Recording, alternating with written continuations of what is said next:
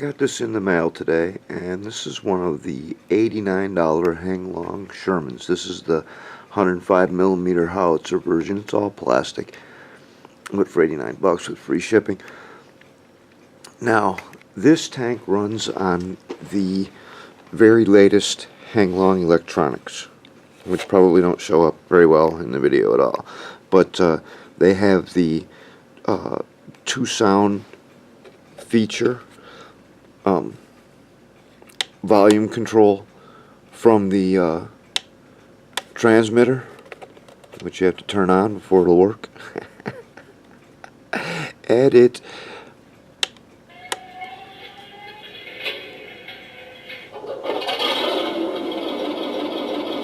The sound is definitely much improved. Has smoke on and off from the transmitter. On this one the volume goes all the way down to nothing. And that's full volume. Right there. Back down to nothing.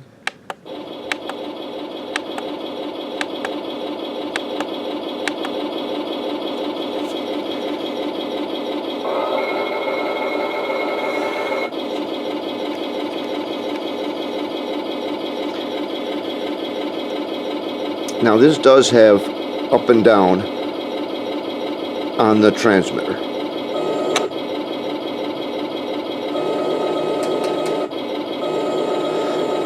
And that's one thing I'm going to have to reverse right away, because I will never get used to pushing forward to go up. Anybody that's ever flown anything RC knows that when you push the stick forward, you're going down. I mean, unless you're inverted.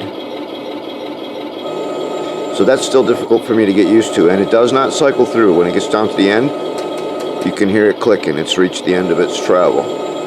Also, another difference now is that to fire the airsoft cannon, you have to push this button and then push forward. And it's still got that nasty, violent track recoil. And then this button is machine gun, as well as this button here. You can change the sounds by pushing both at once.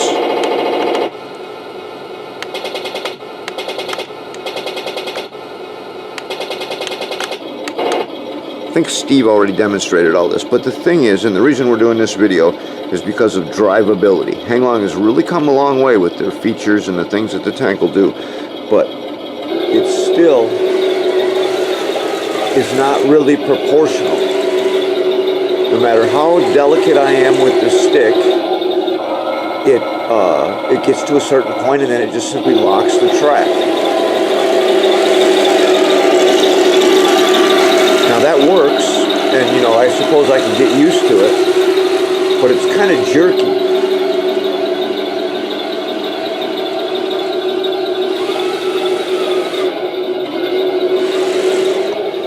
So what I wanted to do here was show this controller. This is the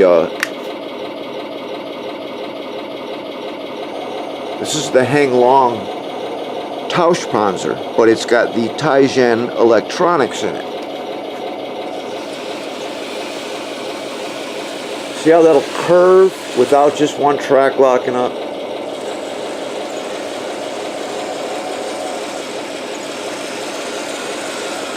The drivability of the Tiangen electronics is still far, far superior to the Hanglong. And for me, that's a big, huge thing. I can lock one track if I want to,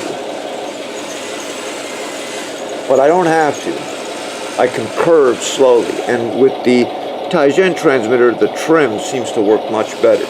So I don't know if Tiangen uses different motor controllers or, what the difference is in their board.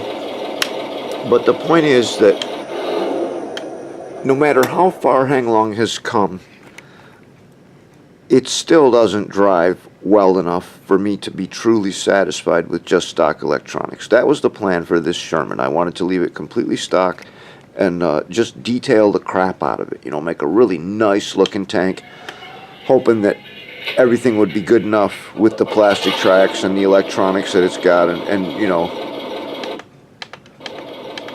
But until it can drive like a Taigen, I don't know.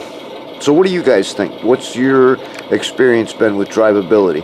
I've also got the Hanglong Abrams that has the generation before this for electronics, and it's pretty much the same way. The stick gets to a certain point, and then it just locks the track, and that's it.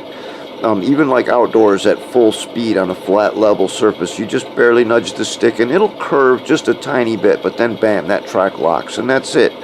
So what do you guys think? We'll see you next time.